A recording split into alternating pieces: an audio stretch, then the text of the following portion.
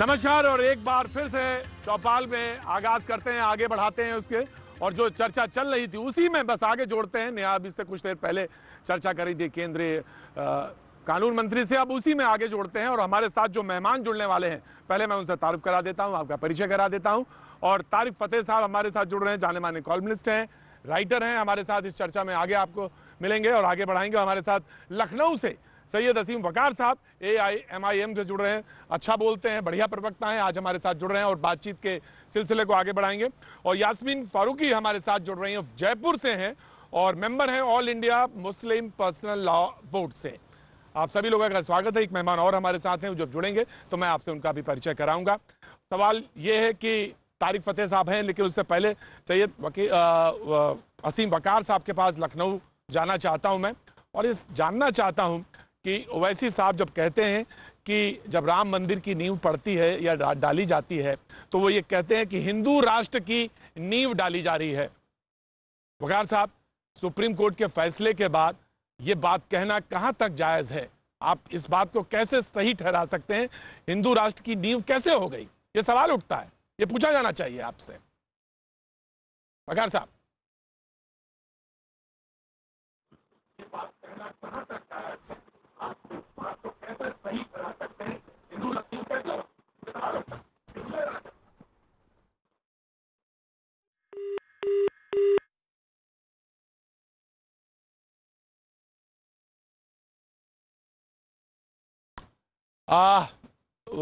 असीम भाई, मैं आपके पास आता हूं। मैं ऑडियो में प्रॉब्लम है, मैं आपके पास पहुंचता हूं। लेकिन मैं all India personal law board की जो मेंबरान यहाँ पे मौजूद हैं, मैं उनके पास ये सवाल रख लेता हूं। मैं ये जानना चाहता हूं मोहतरमा कि आखिर ये हिंदू राष्ट्र की कैसे नींव हो गई? वो जो सवाल मैंने वकार साहब से पूछा, वही सवाल मैं आपसे पूछ लेता हूं कि आखिर ये कैसे नींव कैसे हो गई? यास्मीन फारूकी साहब जी, यास्मीन फारूकी जी। गलत आदमी से सवाल पूछ रहे हैं। जिन्होंने कहा है ये सवाल आप उन्हीं से पूछिए तो ज्यादा बेहतर है। मुझे जो सवाल करें वो मेरे मुताल्लिक कर लीजिएगा तो मैं उसका जवाब दे दूंगी।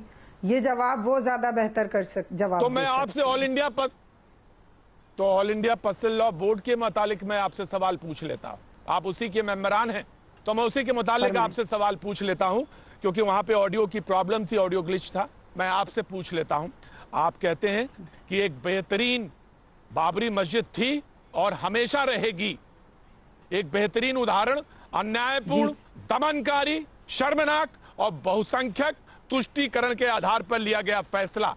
आपको इस मुल्क के कानून पर, इस मुल्क के सुप्रीम कोर्ट पे जरा सा भी एतबार नहीं है?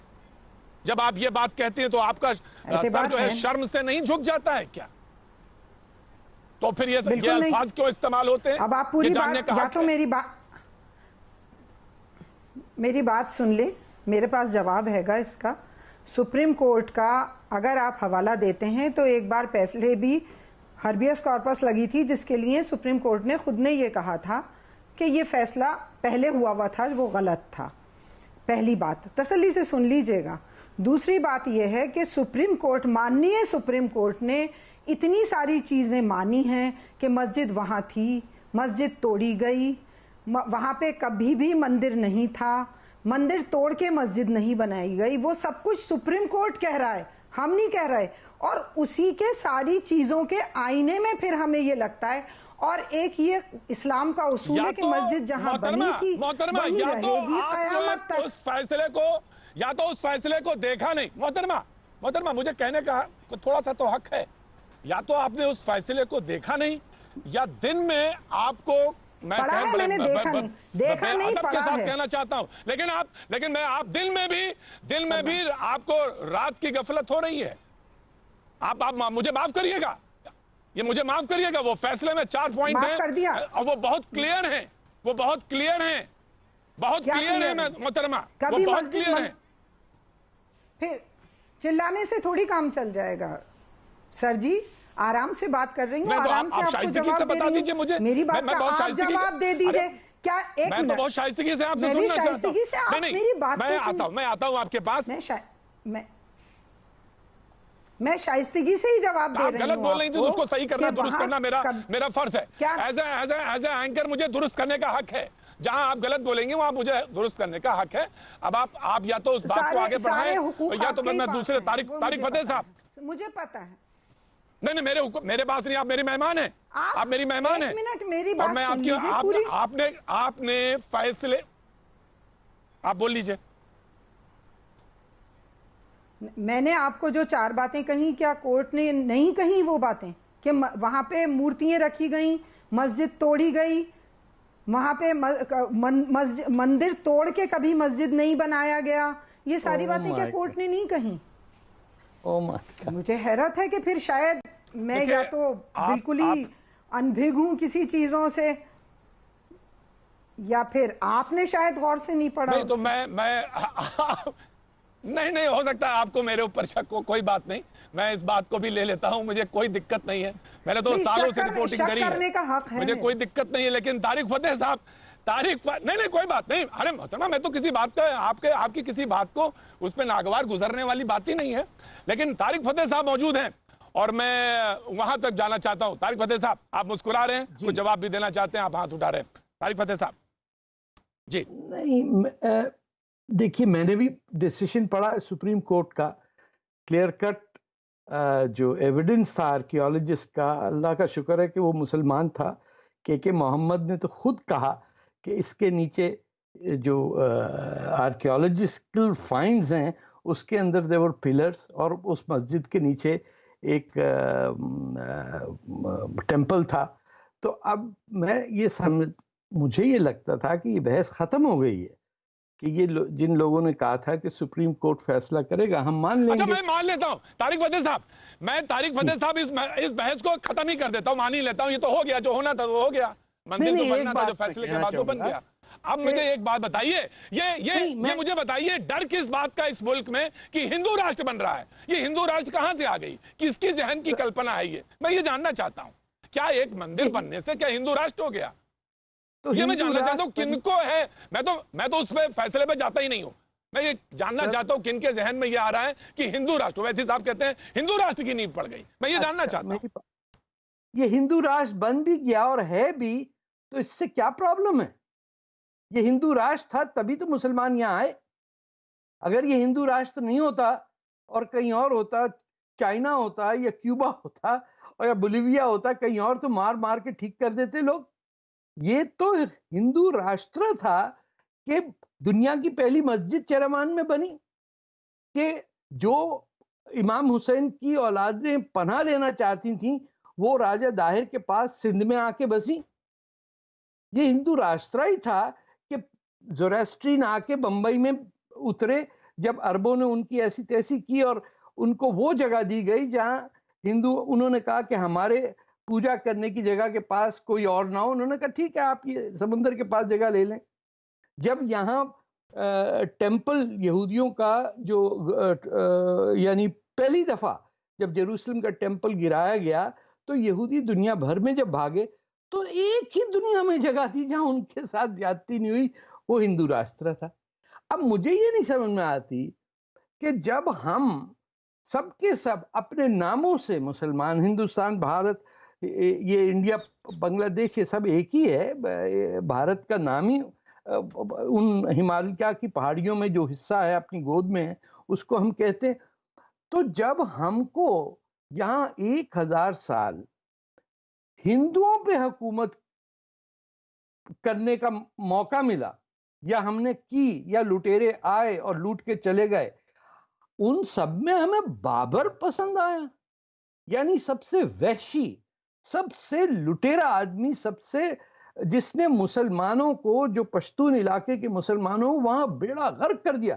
उसने इतना हिंदुओं को नहीं मारा जितना उसने सूबा सरहद और पंजाब के मुसलमानों के साथ कत्ल गारत की। और जो उसकी हरकतें, ना वो पैदा हुआ हिंदुस्तान में और ना मरा, नफरत की हिंदुस्तान से, और उसके नाम पे बाबरी मस्जिद पढ़ के पूरा हिंदुस्तान आपको देखिए वो मरे जा रहा है। अरे तुम चेरेमान की मस्जिद में क्यों नहीं गए ये लोग? क्यों? प्रेसिडेंट अब्दुल कलाम वाहिद हैं हिंदुस्तान के सदर जो गए एक अपने शशि थरूर भी गए हैं वहां, लेकिन आप मुझे बताइए कि एक सुल्तान, एक बादशाह, एक कोई राजा कभी गया? या आज बता दें ये AIPML के जो लोग हैं, जो मुस्लिम पर्सनल लॉ बोर्ड वाले हैं, या जो ये वहां क्यों नहीं जाते जो दुनिया की पहली मस्जिद है?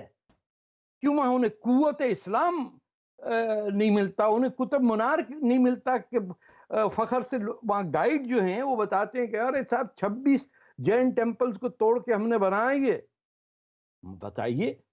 तो जब एटीट्यूड ये हो। जनाब मैं आता हूं आपके पास। असीम साहब से मैंने सवाल पूछा था, मैं असीम बकार साहब के बाद लखनऊ जो से जुड़ रहे हैं। मेरी एक बात, सिर्फ मैं एक बात कहना चाहती हूँ, वो मेरी एक बात सुन लीजिए।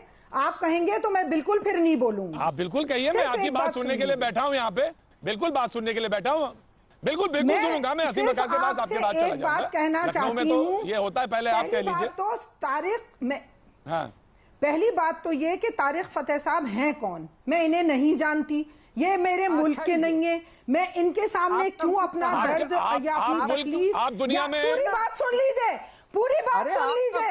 ये वही लोग हैं जो बाबर की औलाद हैं, जो फूट डलवाने के लिए हिंदुस्तान आए थे, और ये उसी कुत्ते पाकिस्तान की औलाद है, उसी कुत्ते पाकिस्तान की औलाद है जो फूट डलवा रहा है हमारे हिंदुस्तान में, और ये भी उसी की औलाद है। और मैं इनकी शक्ल भी नहीं देखना चाहती, ये है कौन? मैं इनके सामने बात करना भी पसंद नहीं करती। है कौन ये? मैं इनके सामने ये इनको बुलाता कौन है? ये मेरे मुल्क के नहीं है, ये मेरी कौम के नहीं है। मैं अपनी तकलीफ अपने लोगों से बात करती हूँ, मैं गैर लोगों के सामने बात करना भी पसंद नहीं करती। चुप कर जाए ना फिर। ये मैं बताऊं, ये वो लोग हैं जो फूट डलवाने आते हैं।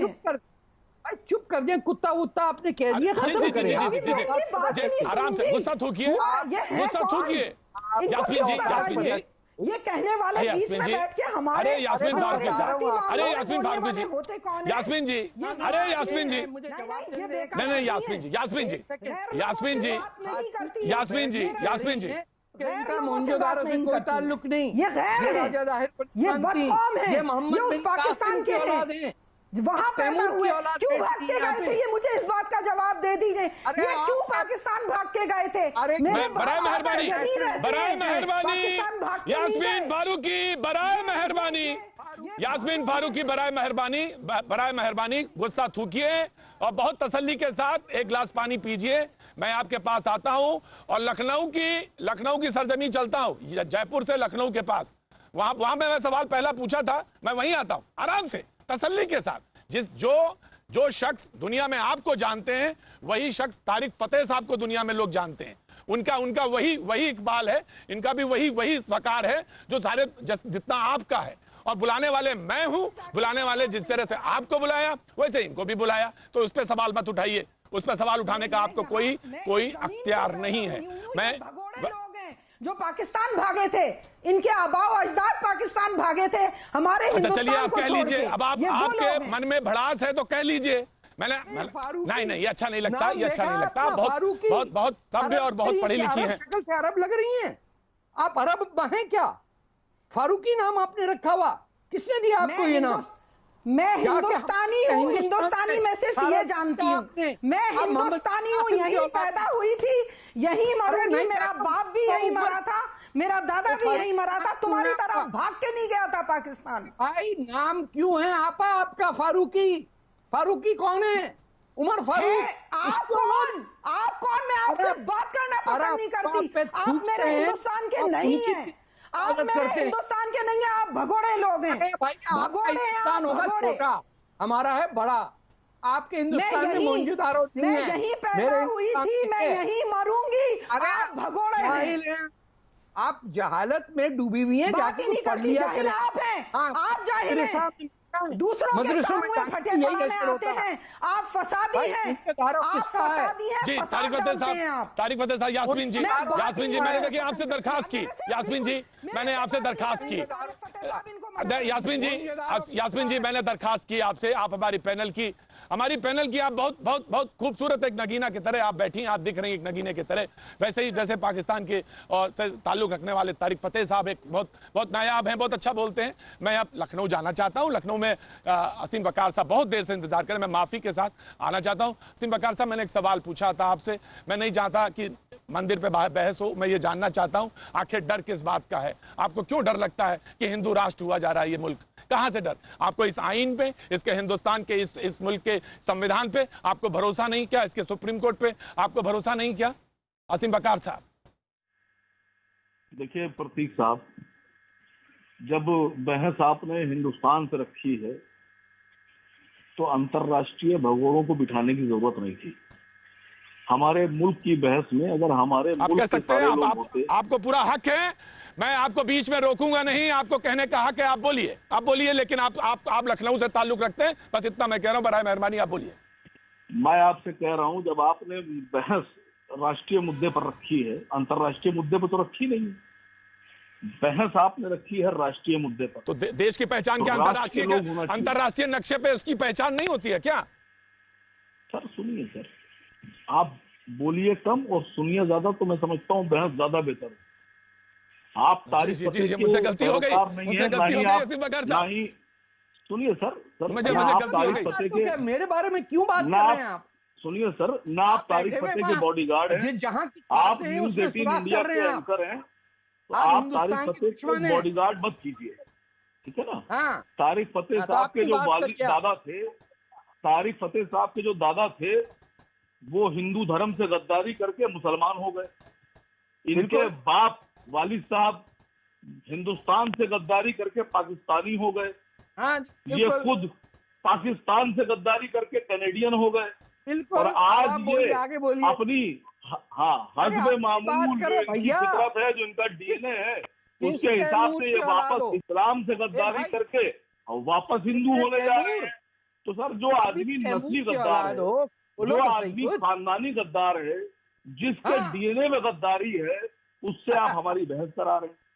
अरे सर, कौन किसी बहस वफादार कर रहा है को आपसे बिठाया भाई? होगा, आपसे सवाल पूछा, आपने किसी आपको वफादार समझ को में नहीं आ बिठाया रहा, होता तो जवाब मैं नहीं बात दे पा रहे करता। आप। आपको नंगा कर दिया आपका- सबके सामने, आप अपना नाम नहीं, रखते हैं आपका एक अरबों के, वीडियो है मेरे जो पास, आपको आपका घटिया आप सुनिए, समझते हैं, आपकी आप बात वो जब बोल बनते रही थी मैं नहीं बोल रहा था। लखनऊ में बैठे हुए हाँ। वो हाँ, ऊपर मैंने क्या? कहा ना, आप सुनिए मेरी बात, जब मैं तो आप बोल रहे थे नाच तो कराएंगे आप? मैं बोल नहीं रहा था। यही किया है ना आपने बात तो लखनऊ आने में, दीजिए। नाच गाना कराया। बात तो आने दीजिए। अरे भैया, बात आने अंग्रेज दीजिए। के खिदमत की है तुमने, औरतें नचवाई हैं ऊपर लखनऊ में, क्या बात कर रहे हो तुम? जाओ अपनी तुम्हारी बात अम्मा करो। को रखवाया था हमने, तुम्हारी अम्मा को हाँ। रखवाया था, हाँ, तुम्हारी अम्मा को देखिए रखवाया देखिए था। देखिए, गलत ना ना ना। असीम वकार साहब, असीम वकार, असीम वकार, आराम से असीम वकार साहब, ये दिस इज नॉट एक्सेप्टेबल। बदतमीजी मत करना, मुझसे बोलिए। मुझसे गलत बात बदतमीजी है। मत करना, दायरे के आप अंदर अपनी रहना। माँ की बात कर रहे हैं मैं किसी की? उससे ज्यादा बदतमीजी से बात कर सकता हूँ, अरे भैया, उससे ज्यादा आप खुराफात कर सिवाय उस सकता हूँ, बदतमीजी के कुछ तुझसे नहीं कह ज्यादा सकते। गाली गलौज कर सकता हूँ, आप सिर्फ और तुझसे बदतमीजी ज्यादा कर सकते खतरनाक हैं। भाषा बोल सकता आप हूँ। मुझसे आप दंगा भाषा करा को सकते संयम हैं, रख के बात लूट करना। मार, आप गाय जिससे- काट जितना सकते हैं, मैं- आपके अलावा और जितना कोई मैं काम नहीं है तुझसे कह रहा हूँ, आपको। मेरी बात सुन पहले। आप हिंदू मेरी बात असीम सुन पहले। असीम वकार साहब, और आप उससे- असीम वकार आप साहब, उससे एक ये सवाल सुनाने के सीधा लिए सा मुझे पूछा था बिठाए हुए मैंने, हैं इस मुल्क कि ये मुझसे कहे कि मैंने से औरतें मुताल्लिक नचवाई। एक सवाल पूछा था आपसे। मैं आपसे क्या कह रहा हूँ? अरे तो मैंने मना आप किया एक ना उनको, विदेशी से- मैंने मना किया ना, रोका आप ना एक उनको, विदेशी मैंने से- रोका, आप मैंने एक उनको विदेशी रोका। से- आप एक ये तय नहीं विदेशी करेंगे से कौन आज विदेशी ये है कौन कह देशी रहे है, हैं आप ये नहीं कि तय आपका करेंगे। देश का नागरिक अंग्रेजों के सामने असीम औरतें असीम नचवाता था। असीम शर्म नहीं वकार आती आपको? असीम वकार साहब, आप अपने असीम को वकार हिंदुस्तानी साहब, करते हैं। असीम वकार, शर्म आप आपको नहीं आती है, हिंदुस्तानी करते हैं। शर्म आपको नहीं आती है। अरे भाई, मैं इसी देर से आपको देखिए, समझा रहा हूँ, आपके बात ही नहीं समझ में आ रही है। मैं आपको समझा रहा हूँ, मेरी बात समझने की कोशिश करिए। मैंने आपसे जो सवाल पूछा वो सवाल मुझे मेरे तरफ डायरेक्टेड था। आप मुझे सवाल का जवाब दीजिए। आप वहां क्यों उलझ गए? आप वहां क्यों उलझ गए? आप सवाल का जवाब दीजिए। आप एक पॉलिटिकल पार्टी को रिप्रेजेंट करते हैं, आप सवाल का जवाब दीजिए। आपकी पॉलिटिकल पार्टी से संबंधित एक सवाल है, आप उसका जवाब दीजिए। नहीं, आप उठ के वहां चले गए। आपकी अगर मैं आपसे कहूं कि आपकी दुखती हुई मैं कहूं आपकी दुखती हुई नब्ज है क्या जो बैठे हुए हैं तारीफ, आपकी दुखती हुई नब्ज है क्या, तो आपको कैसा लगेगा? मैं आपसे सवाल पूछ रहा हूं, सवाल का जवाब देना। आप सवाल का जवाब दें, खत्म हो गई बात। साहब आपकी नौकरी पे बन जाएगी। तो फिर आप बोलिए ना। मैं तारिक साहब की तरफ क्यों जा रहे हैं आप? तारिक साहब की तरफ क्यों जा रहे हैं आप? मेरी तरफ उठाते बोलिए ना। सवाल का जवाब दीजिए। मैं पूछ रहा हूं आपको इस बात का, किस बात का डर है? आपके लिए ये आप तय नहीं करेंगे, ये मैं तय करूंगा कौन बैठेगा कौन नहीं बैठेगा। This is my debate. ये डिबेट मेरी है और मैं करूंगा। आपको जाना होगा जाएंगे, लेकिन ये मेरी डिबेट है, ये मेरी डिबेट है।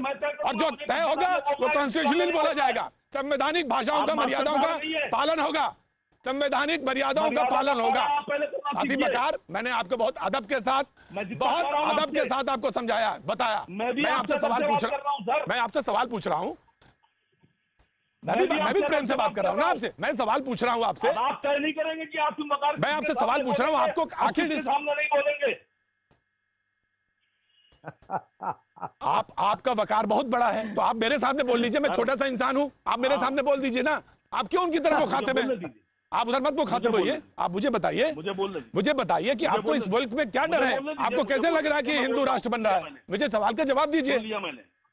जी बोलिए। औरंगजेब का इंतजार है। ऐसे दे दूंगा जिसमें हिंदूवादी नेता इस बात का जिक्र करते दिखते हैं। कभी आपने उनसे सवाल पूछा कि ऐसी बातें क्यों करते हैं? कई हिंदूवादी नेता ऐसे हैं, विश्व हिंदू परिषद से लेकर हिंदू महासभा से लेकर तमाम लोग जो इस तरह की बातें करते हैं, इस तरह की भाषा इस्तेमाल करते हैं। कभी आपने एक आदमी से पूछा कि ऐसी बात क्यों करते हो, किसके इशारे पर करते हो, क्यों कहते हो कि? मैंने सवाल पूछा, उस सवाल का ध्यान से सुनिएगा। राम मंदिर की नींव पढ़ना हिंदू राष्ट्र कैसे हो गया, ये सवाल था। मैंने बीएचपी के किसी नेता के बयान पे बात नहीं करी। मैंने आपसे सीधा सवाल पूछा है। अगर सवाल नहीं समझ में आया तो मैं फिर से दोहरा देता हूं। राम मंदिर की नींव पड़ती है सुप्रीम कोर्ट के फैसले के बाद। हाँ, तो फिर सवाल का जवाब देना। तो कैसे हो गया हिंदू राष्ट्र? एक छोटा सा सवाल पूछूं आपसे, अगर हिम्मत हो तो जवाब दे दीजिएगा, वरना आप नजरअंदाज कर दीजिएगा जवाब। बोलिए, एक छोटा सवाल पूछूं। मुझे ना तो आप चैलेंज करिए, ना तो वकार साहब चैलेंज करिए। आपके सवाल का तो जवाब देने के लिए मैंने पैनल में लोगों को बैठा रखा है। जी बोलिए, सवाल बोलिए। एक वीडियो है इन हजरत का, मेरे पास मौजूद है, जिसमें ये हिंदुस्तान के टुकड़े करने की बात कर रहे हैं और पंजाब को देश से अलग करने की बात कर रहे हैं। वो वीडियो दे दूंगा आप। कभी आपने इनसे पूछा? ये जवाब है सवाल वीडियो ना हो तो बोलिए जरा। फतेह का वीडियो जिसमें ये हिंदुस्तान के खिलाफ सवाल पूछिए। एक वीडियो तारिक फतेह का, सवाल पूछिए, जिसमें तारिक फतेह हिंदुस्तान के टुकड़े की बात कर रहे हैं, हिंदुस्तान को तोड़ने की बात कर रहे हैं और पंजाब के खिलाफ बात कर रहे हैं, पंजाब प्रांत के खिलाफ। आपने कभी तारिक फतेह से पूछा कि हिंदुस्तान को तोड़ने की बात क्यों कर रहे हैं? खालिस्तान क्या आ गए, बताइए। अब इनका तारिक फतेह साहब जवाब दे दीजिए इनको। इन्होंने मुझे चैलेंज करके सवाल पूछा है, जवाब दे दीजिए। उसके बाद मैं जाता हूं दूसरे पैनलिस्ट के पास। जी जवाब दे दीजिए। आप ऐसी बात क्यों कहते हैं जिसमें मुल्क में बिखराव हो, जिसमें मुल्क में टूट पैदा हो? और आपसे एक सवाल मेरा भी है तारिक साहब आज, और बहुत सीधा सवाल है कि आपसे यहाँ के जो पैनलिस्ट हैं, और I am sure, very much sure कि शोएब जमाई साहब का भी यही रुख होगा कि आपसे सारे मुसलमान पैनलिस्ट नाराज क्यों रहते हैं आपसे, ये भी मैं जानना चाहता हूँ आज। पहला मैं आपको जवाब दे दूं। खामोश करें जरा एक सेकंड।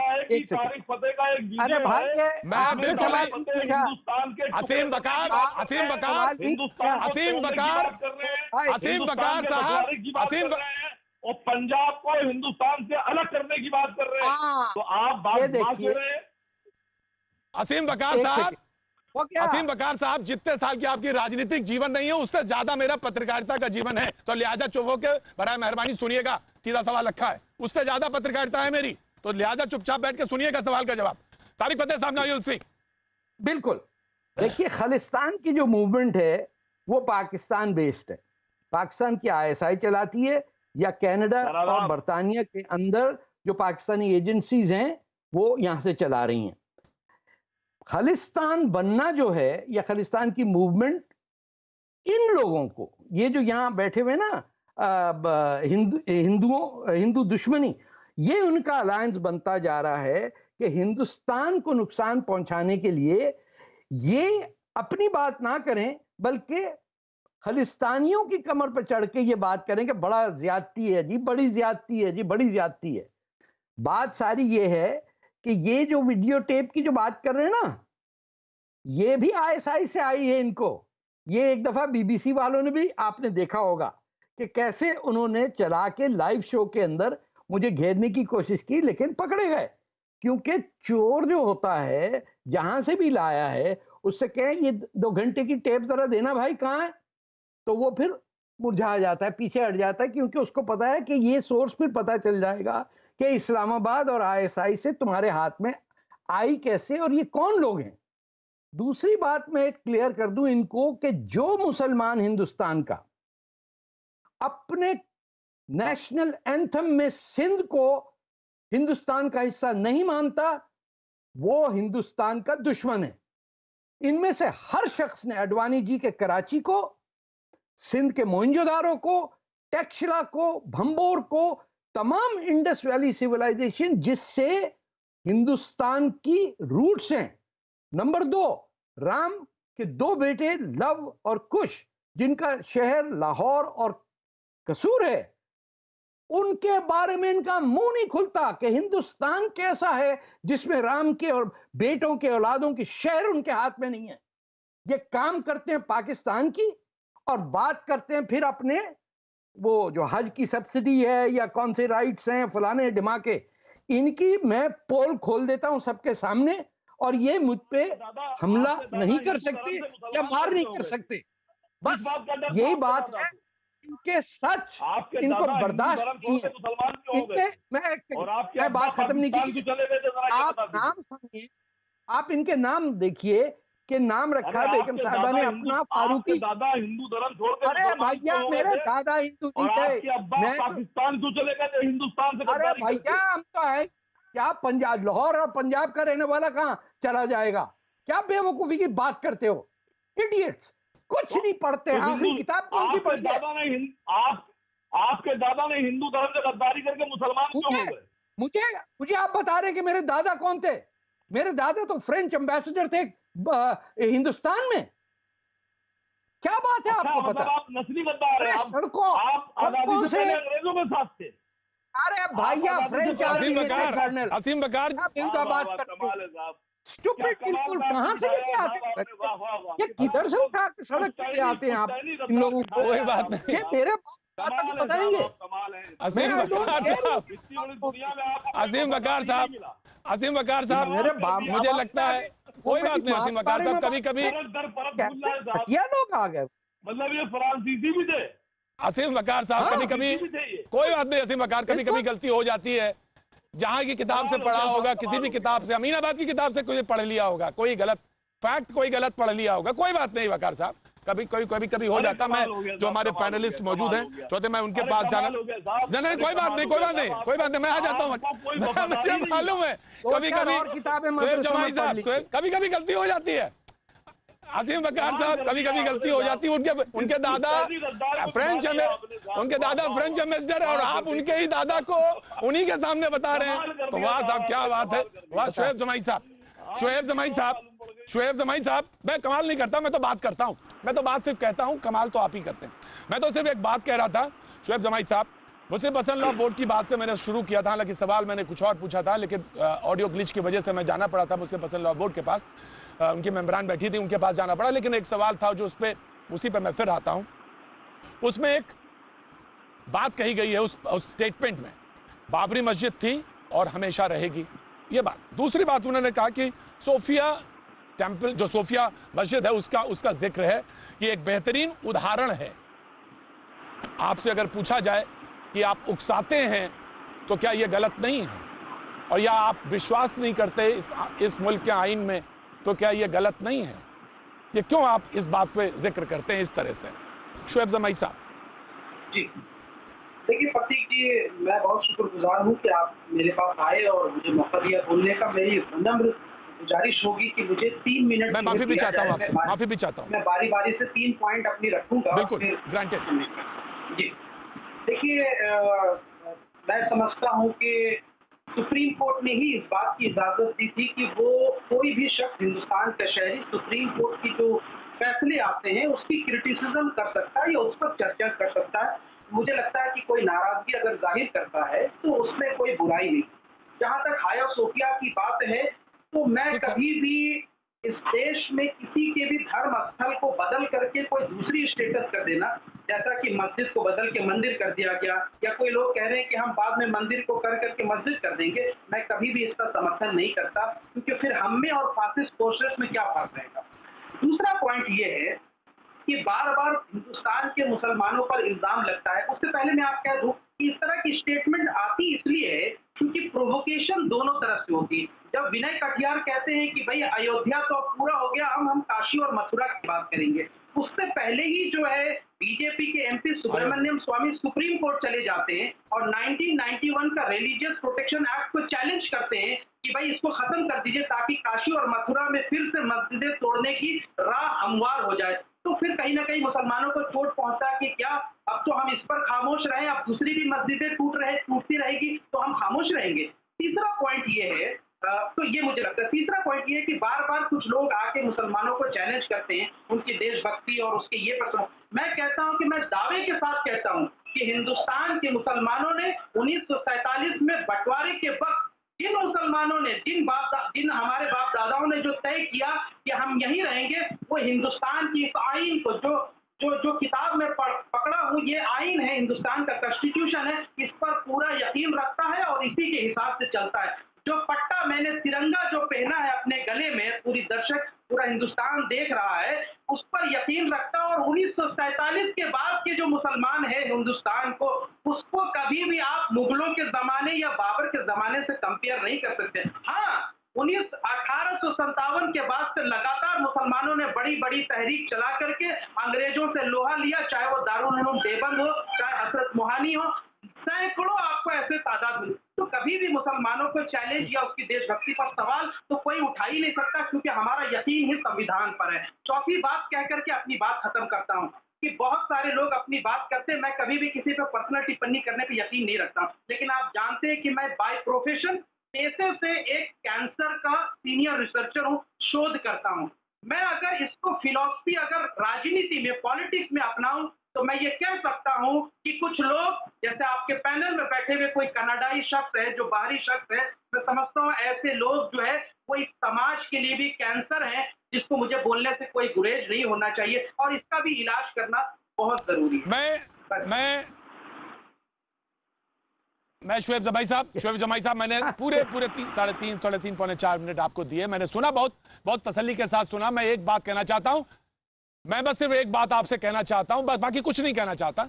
मैंने कहना चाहता किसी को बताने की जरूरत नहीं, तिरंगा पहनने की भी जरूरत नहीं, और ना ये बार बार कहने की जरूरत है, ना ये बार बार कहने की जरूरत है कि नहीं साहब मैं हिंदुस्तानी हूं। अरे आप हैं, आपके बाप दादाओं का खून गिरा है और इसी सरजमीन पे गिरा है। क्योंकि आप बार बार बताएंगे जाके, क्या बार बार कोई कार्ड लेके दिखाएंगे कि नहीं मैं यूं हूं, मुझे मानिए और ये मुझे दिखाइए?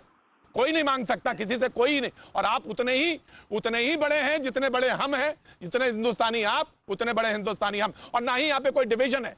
लेकिन तारिक फतेह साहब, जो सवाल का जवाब इन्होंने मांगा, जो जवाब दिया इन्होंने, मैं उस पर आपका रिएक्शन जानना चाहता हूँ। तारिक फतेह साहब जी, क्या सवाल पूछा उन्होंने? ये तो वो लोग हैं जो मैंने कहा जो सिंध को मानते ही नहीं है पाक।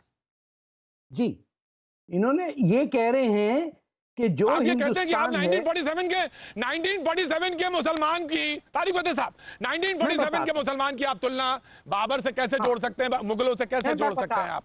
मैं कह रहा कि हम स्वतंत्र, एक नया मॉडर्न मुस्लिम खड़ा है, एक ऐसा है जिसके हाथ में कंप्यूटर है, जिसके हाथ में दूसरे में कुरान शरीफ है, तो आप उसको क्यों कैसे अलग करेंगे? आप क्या अलग नहीं कर सकते? वो मॉडर्न सोच का, अप्रोच का आदमी है, मुझे मुस्लिम है। जी, नाउ यू आंसर तारिक फतेह। 47 में तो कॉन्स्टिट्यूशन नहीं बना इंडिया का, शायद गिनती ना आती हो इन लोगों को। 48 में भी नहीं बना। जिन साहब ने कॉन्स्टिट्यूशन बनाया, बाबा साहब ने, उन्होंने इनके बारे में क्या लिखा है वो आपको पता है। अबुल कलाम आजाद ने 1924 में कलकत्ता में कहा कि मुसलमान का दिल धड़कता है सिर्फ मुसलमान से, चाहे वो चीन में हो, तुर्की में हो, कहीं पे भी हो।